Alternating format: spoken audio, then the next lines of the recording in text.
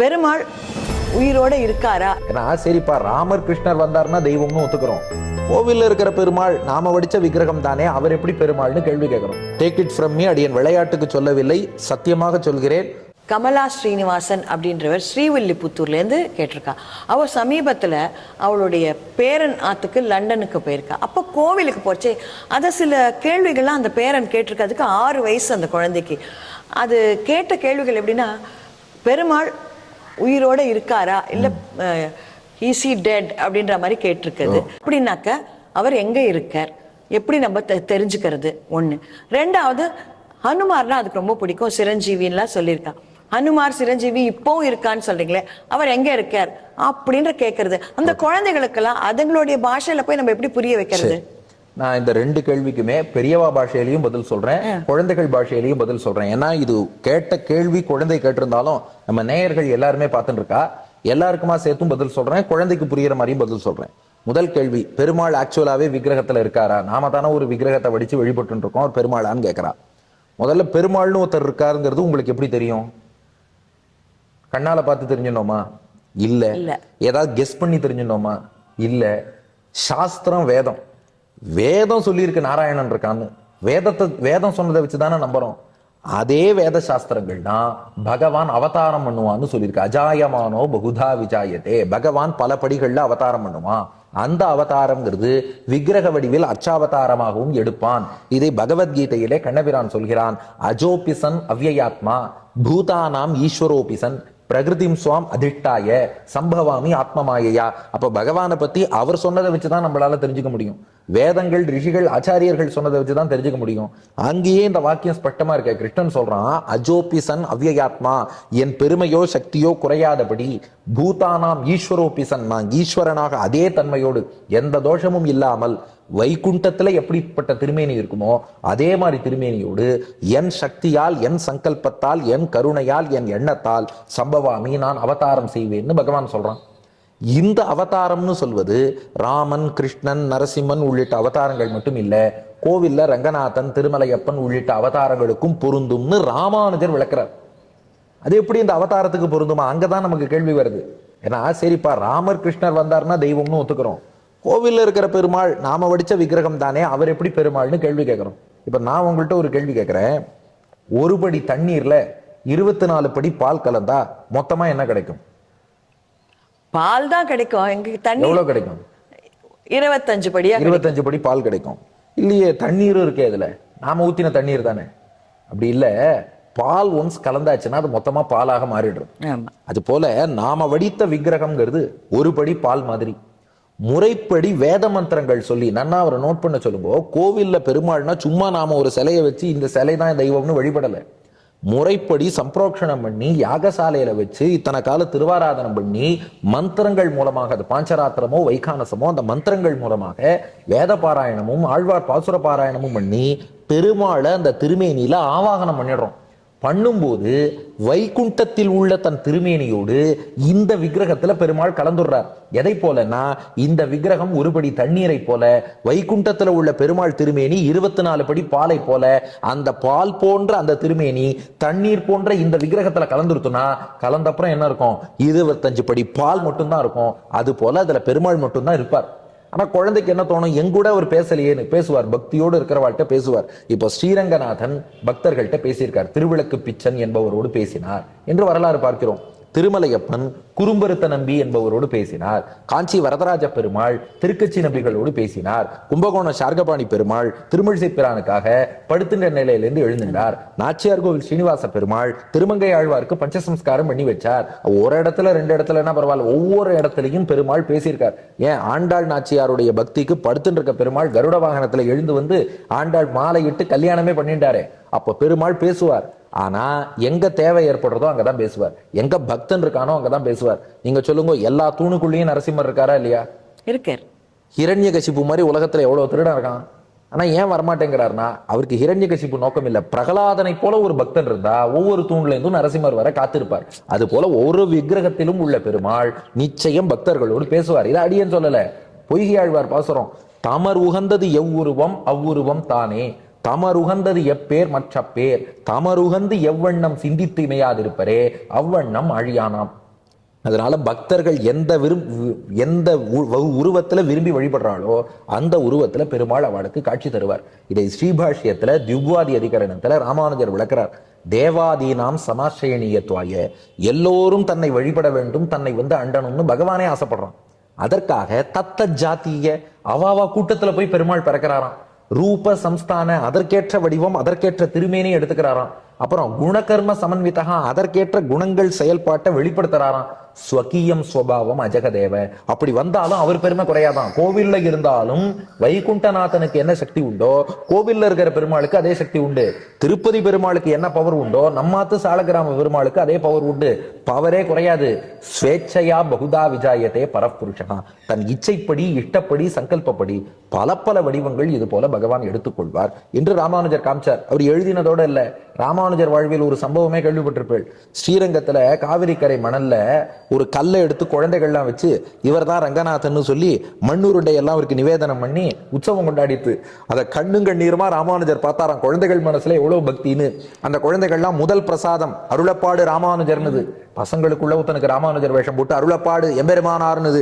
நாயிண்டேன்னு வந்தார். பிக்ஷ பாத்திரத்துல அந்த மண்ணுருண்டையை வாங்கிட்டார். யாம்பெரு சம்மானம் மகா பிரசாதம்னு கண்ணில் ஊத்தி வாங்கிட்டார்.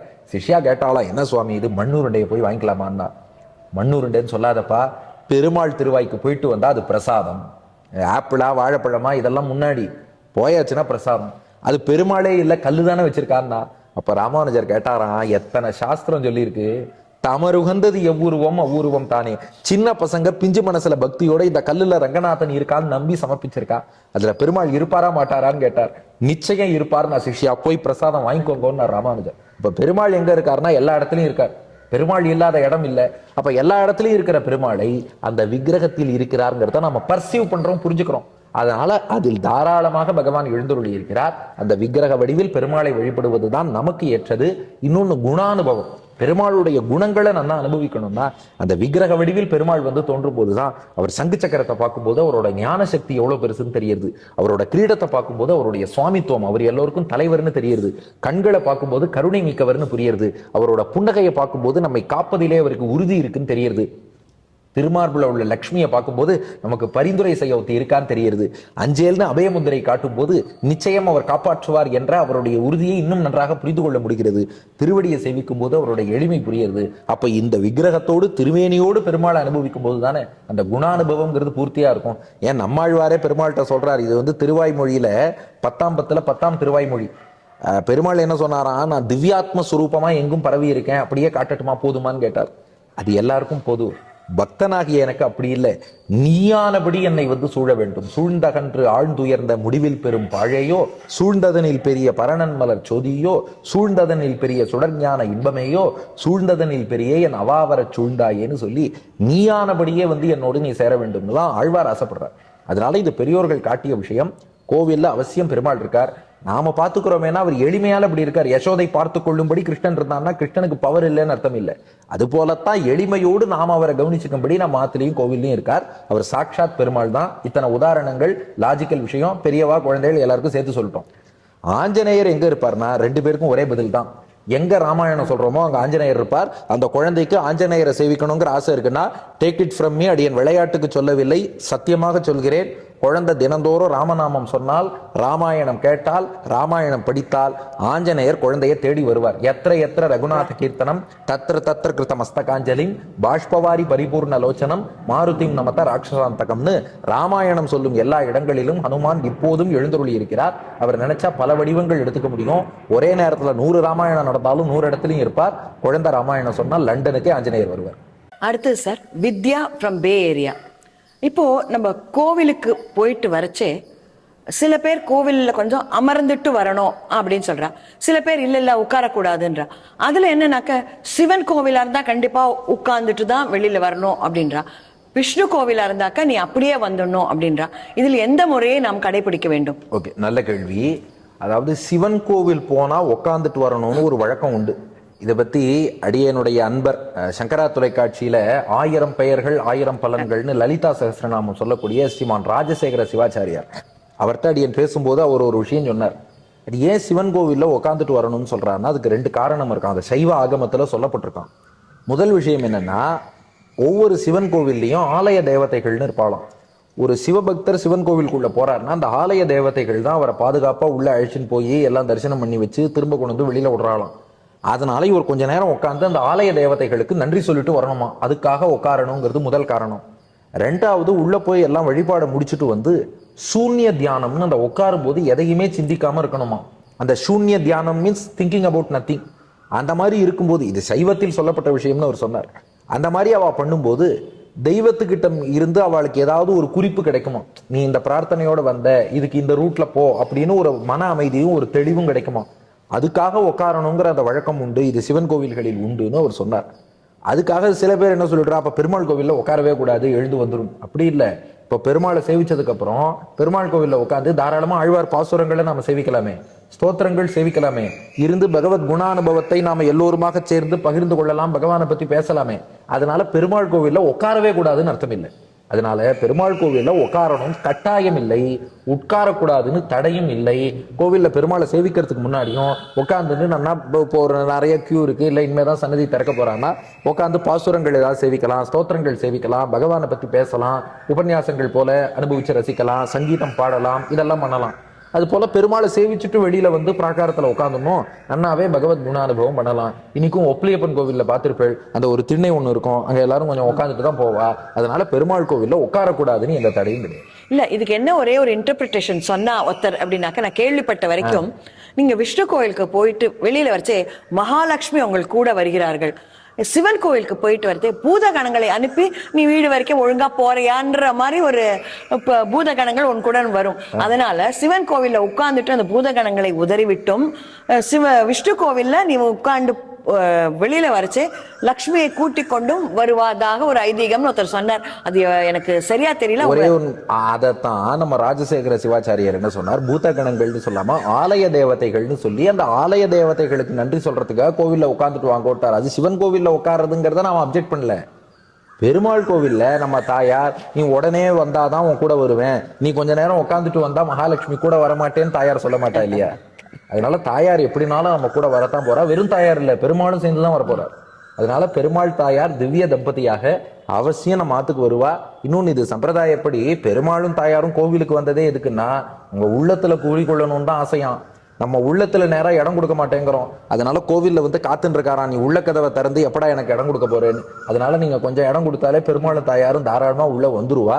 அதனால ஆகம இது எதுவுமே வந்து, நான் ஒருத்தர் கூட கமெண்ட்ல கேட்டார், இதையெல்லாம் இவரிடம் தான் கேட்க வேண்டுமான்னு ஒருத்தர் கேட்டிருந்தார்.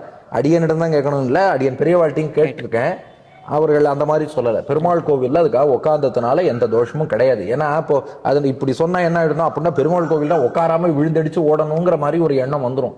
அதனால நம்ம எம்பெருமானார் சம்பிரதாயத்துல உள்ள வழியே சொல்லிடுறோம், நாம பெருமாள் கோவிலுக்கு தான் செல்கிறோம், நாம போற ஒரே கோவில் பெருமாள் கோவில் தான், அங்க உட்காந்து பகவத் குணானுபவத்தை வேற எங்க தான் பண்ண முடியும். அதனால தாராளமா உட்காந்துட்டே வரலாம். அதுக்காக உட்காந்துதான் ஆகணும்னு கட்டாயம் கிடையாது. பெருமாள் எங்கேயுமே கட்டாயப்படுத்த மாட்டார். அடுத்தது சந்தோஷ் அப்படின்றவர் பெங்களூர்ல இருந்து. இப்போ பண்டிகைகள்லாம் நம்ம கொண்டாடுறோம். இப்போ எடுத்தேன்னா கிருஷ்ண ஜெயந்தி இருக்கு, ஸ்ரீராம நவமி இருக்கு, நரசிம்ம ஜெயந்தி இருக்கு. மற்ற அவதாரங்களுக்கெல்லாம் ஒரு பண்டிகைகள் இல்லையே, அது ஏன்?